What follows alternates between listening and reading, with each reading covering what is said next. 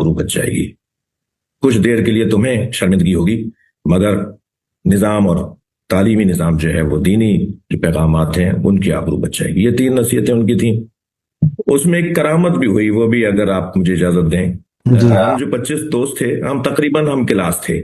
یعنی ہمارے ہاں ایک تعلیم کا ایک مرحلہ آتا ہے دینی تعلیم میں، وہ مرحلہ کہلاتا ہے شرح الامہ. ایک 10 جلدی ایک کتاب ہے جو فقہ کی کتاب ہے، طہارت سے لے کر دیات تک 52 جو ابواب فقہ ہیں ان کی ایک بہت معیاری مرحلہ ہے. وہ 2 سال 2.5 سال کا ایک کورس ہوتا ہے، یعنی پہلے 5 سال کا پڑھنے کے بعد، یعنی مجموعی طور پر یہ 8 سال پہ جا کے کام رک رہا ہوتا ہے. جب دستار بندی ہوتی ہے، جب تعمیم کی رسم ہوتی ہے، ماما گزاری کی رسم ہوتی ہے.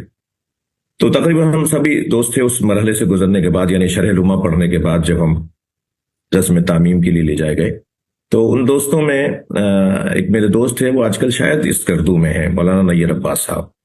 انہوں نے ہم سے رستے میں کہا کہ میں آغا سے رہبر سے انگوٹھی مانگوں گا ان کی.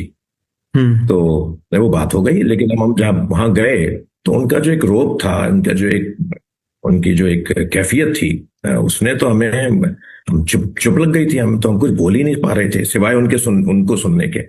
ان کا جو ایک کیفیت تھی، ان کے چہرے کا جو ایک جلال تھا، جو ایک نور تھا.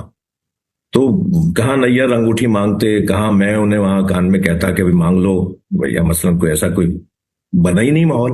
ہم آ گئے، امامہ رکھ دیا گیا، ہم آ گئے اپنی گاڑی میں بیٹھ گئے. ایک منی بس تھی جس میں ہمیں لے جایا گیا تھا، ہمارے پرنسپل صاحب لے گئے تھے. تو ابھی گاڑی چلی تھی کہ گاڑی کو کوئی وائرلیس پہ کوئی پیغام آیا، اس کو روک دیا گیا. پھر 2 بندے آئے اور وہ بس میں کھڑے ہو کے صرف نیر کی طرف اشارہ کر کے کہا کہ آپ واپس آ جائیے، آپ نیچے اتریے. ہمارے ذہن میں بالکل اس وقت تک بھی نہیں آیا کہ یہ کیا ہو رہا ہے. خیر نیر اتر گئے، ہماری گاڑی باہر کھڑی رہی. وہ 15 منٹ بعد آئے اور روتا ہوا آیا.